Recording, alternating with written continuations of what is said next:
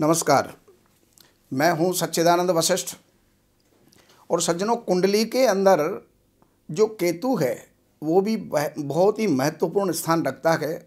और केतु अगर अशुभ है तो उसके मैं कुछ लक्षण बताता हूं, साथ में ही उसके कुछ उपाय भी मैं आपको बताऊंगा।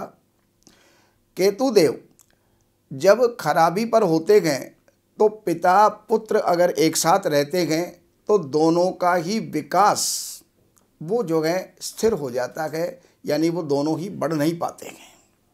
और यही योग बच्चे के लिए भी जो है परेशानी का कारण बन जाता है। कामयाबी भी पूरी तरह से जो है संभव नहीं हो पाती और किसी भी कार्य में बहुत मेहनत करने के बावजूद भी परिणाम उनको सुखद नहीं मिल पाते हैं। और इंसान जहाँ भी कहीं काम करने जाता है वहाँ पर मान और प्रतिष्ठा और सुख भी जो है उसको नहीं मिल पाता। छोटी उम्र से ही शरीर के अंदर जोड़ों के दर्द आदि जो है परेशानियाँ उनको जो है बनने लग जाती हैं। और जैसे जैसे उम्र आगे बढ़ती चली जाती है वैसे वैसे परेशानियाँ भी आगे आगे बढ़ती चली जाती हैं। बड़ी उम्र में जाकर के जुबान खराब हो जाती है, यानी अब शब्दों का प्रयोग करने लग जाता है। ऐसे इंसान से हर कोई अपने कार्य तो करवा लेता है, लेकिन उसके बाद में उसको जो है भूलने लगते गए, यानी उसका कोई एहसान कोई दुनिया में उसको मानता नहीं है। तो ऐसी स्थिति में समाज तो दूर की बात है, घर के जो इंसान हैं वो भी उसकी कदर नहीं करते और वो भी जो है उसके अच्छे काम के बदले के अंदर उसको जो है बुरा भला ही कहते हैं। तो ये और औलाद के सुख में आए दिन किसी न किसी तरह की जो है कमी उसको जो है लगने लग जाती है। और या फिर किसी कारणवश औलाद जो है अपनी ज़िंदगी में कामयाब नहीं हो पाती है और पुत्र संतान के पैदा होते ही घर के अंदर हालत जो है वो बदलने लगते हैं, बुरे होने लग जाते हैं, यानी हालात जो हैं ख़राब हो जाते हैं। और ऐसे में इंसान अगर कहीं भूल करके भी कुत्तों को अगर मारना शुरू कर दे तो केतु और भी जो है बुरा हो जाता है और बुढ़ापा और भी ज़्यादा दुखदायी हो जाता है।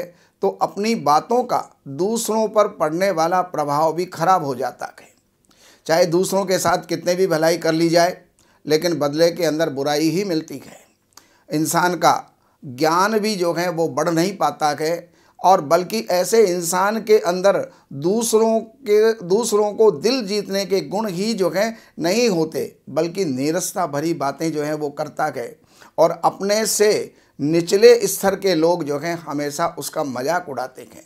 तो ये केतु जब बुरा हो जाता है, बुरा होने का मतलब ये है जैसे अष्टम में बैठ गया, 12 में बैठ गया और छठे बैठ गया, ऐसी स्थिति के अंदर। और दूसरे नंबर पर केतु अगर अपनी शत्रु राशि में बैठ गया या नीच राशि के अंदर बैठ गया। केतु नीच का कब होता है? जब धनु राशि में उच्च का होता है तो मिथुन राशि के अंदर नीच का होता है।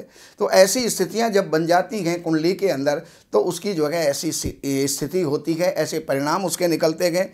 तो मैं उनके लिए कुछ उपाय जो है मैं बताता हूँ। सबसे पहले ये जो यंत्र यहाँ पर आप देख रहे हैं, उस यंत्र को आप एक भोजपत्र के ऊपर बनाइए और भोजपत्र पर बना करके केतु के 21,000 मंत्रों का जाप कीजिए।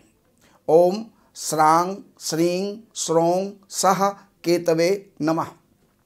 और उसके पश्चात उसका 10% हवन करके और इस यंत्र को अभिमंत्रित करवा करके और फिर आप किसी भी एक लॉकेट में, किसी ताबीज़ में उसको जड़वा करके अंदर बंद करवा करके उसको आप गले के अंदर धारण कर सकते हैं। ये पहला उपाय है। दूसरा ये है, चित कबरे कपड़े जो हैं आप ना पहने।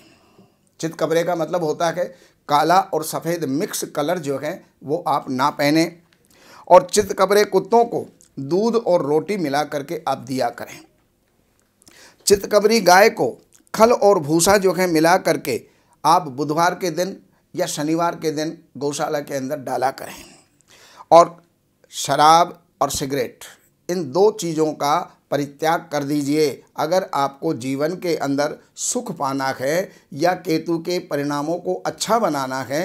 तो इस प्रकार से आपको करना चाहिए। और आप जो है काला कंबल ये किसी भी अनाथ आश्रम में रख कर के आ जाइए, तो केतु के जो परिणाम हैं वो अशुभ से शुभ की तरफ परिवर्तित हो जाएंगे। बाकी और कोई जानकारियों के लिए इन नंबरों के ऊपर आप संपर्क करके कार्यालय से अपॉइंटमेंट लेकर के एक बात का ध्यान रखिएगा कि आप जो हैं जिधर से नंबर चालू होते हैं उधर से तुरंत आप फ़ोन मिलाना चालू कर देते हैं। आपके पास डेट भी होनी चाहिए जन्म की और टाइम भी होना चाहिए, जन्म स्थान होना चाहिए, तभी आपका बात करना जो है वो सार्थक होगा, अन्यथा आपको कोई जवाब नहीं मिलेगा। और बाकी कार्यालय से अपॉइंटमेंट लेकर के कार्यालय की सेवाएं अर्पण करके और आप अपने जीवन की समस्याओं से निजात पा सकते हैं। परामर्श लेकर के आप जो है उनके उपाय कर सकते हैं। नमस्कार।